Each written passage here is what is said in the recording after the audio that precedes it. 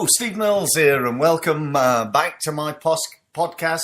Or if this is the first time you've listened to me, welcome to it. Thank you ever so much for your time.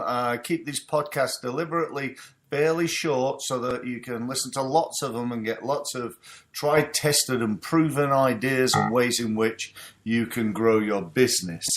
Today, the title of the podcast is Your Expertise is Killing You. In other words, killing your business. What do I mean by that? Your expertise is killing your business. Well, if you think about your expertise, you've got really three key areas of your business, my business, and every business. They are operations, actually doing the work. They are finance, managing the money. And they are marketing, selling the stuff. And if you look at, your expertise, if you're like 99.9% of the business owners that I meet, your expertise is operational expertise. You're good at doing the work of the business. After all, that's often why people get into work. The garage mechanic opens up their own garage. The hairdresser does that work for 20 years, decides to open their own beauty salon. The landscape gardener perhaps turns a hobby of gardening into a business, and so on and so forth. Believing that because they're good at doing the work of the business, they can run a business that does that work. And it simply is not true. If you're good at landscape gardening, what about marketing, selling landscape gardening services? What about being good at selling? What are your selling skills like? You've been a landscape gardener. You've been out in the garden for 20 years working for another landscape gardener or cutting hair or doing whatever it is you do. You're a chef and you open your own restaurant. You're great at cooking food. That's what you've been doing for 20 years. But, can you really sell? Can you really provide, a quality service to customers? Can you manage the money? If you examine why businesses are not successful and why, 80% of them go bust within 5 years and why probably the remaining 19% of them are only just earning enough money to keep the doors open, and why only 1% of them are hugely successul, then, you have to look. I've always believed you have to look at the owner of the business and their skills. If you've got really good operational skills, but you don't have skills in financial, and the financial side of your business, and you don't understand really how to read a balance sheet, and the accounts that you've got seem slightly, let's say you don't fully understand them, and you're not very good at cash flow, and you've got a load of people owing you money, and you're not really, I suppose, managing the money correctly, then that's going to kill you. That's going to really, really impact your business. So it's no use saying, well, I'll leave that to my accountant and my bookkeeper. You've got to have at least a good understanding. You've got to know what good looks like. And, having the excuse, well, that's not my area. I find finances boring. I hear business owners say, I'm not interested in that side of the business. I got an accountant, I got a bookkeeper that do that. That is no good. I've been doing this now for 25 years, and I spent probably the first 23 years doing exactly that. I woke up one day and realized, I've got to get a better understanding of this side of my business, because I made exactly that mistake.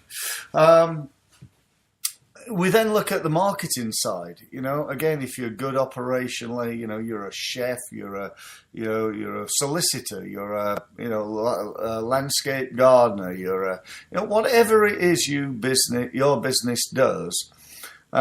You've got to be good at selling and marketing your business, and if you're not, it's going to kill your business. Particularly if you want to grow your business.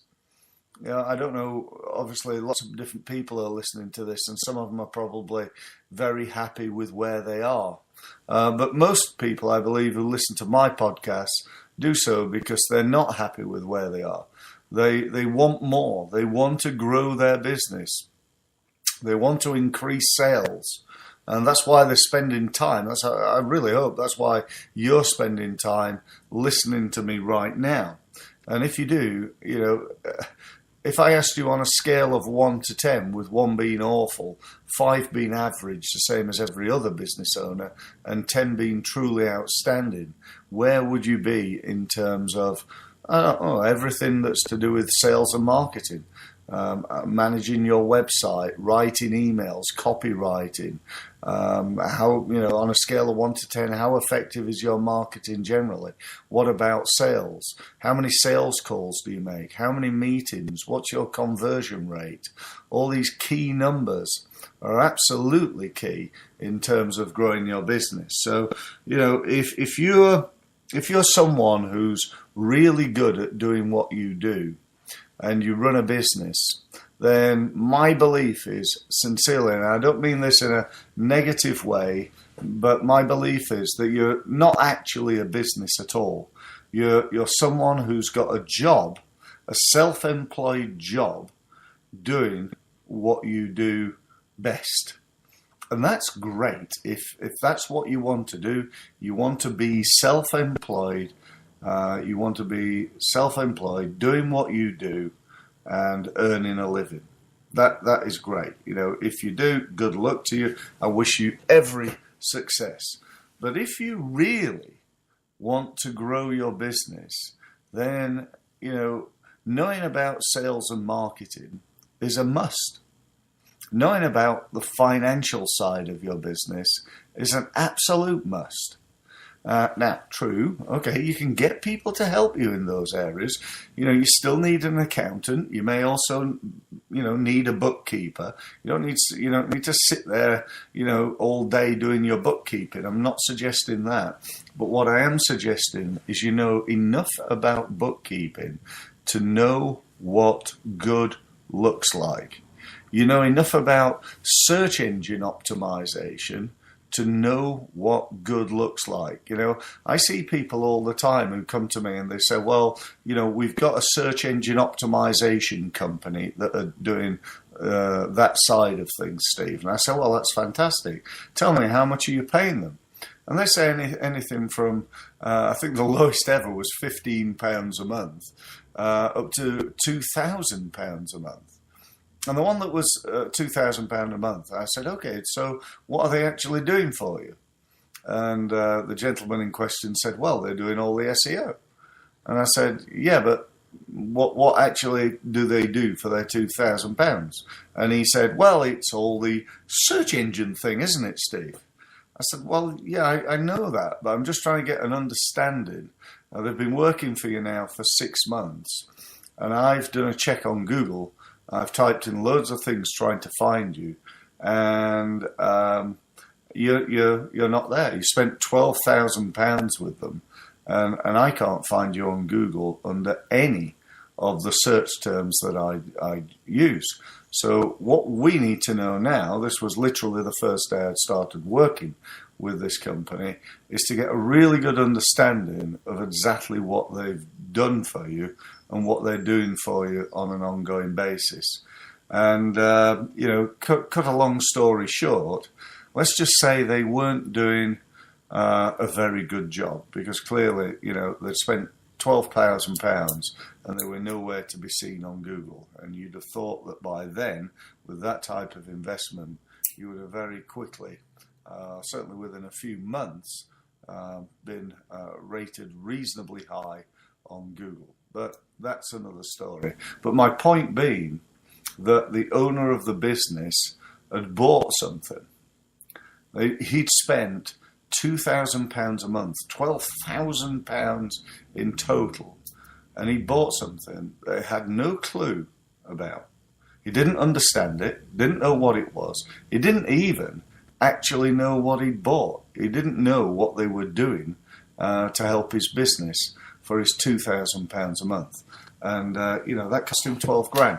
So I'm going to finish now, but I really want you to think carefully about your business, carefully about your expertise, and in the future make sure that your expertise, or more specifically your lack of expertise in certain areas, is not killing your business.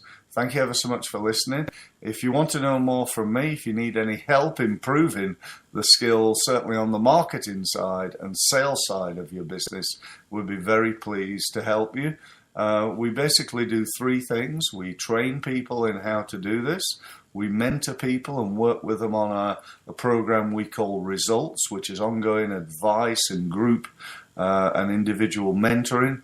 And we also offer what we call a done-for-you service, which enables you to outsource the whole of your marketing, or at least part of it. So if you want to talk to me, feel free to give me a call.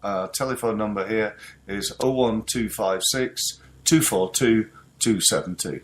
Thanks very much for listening.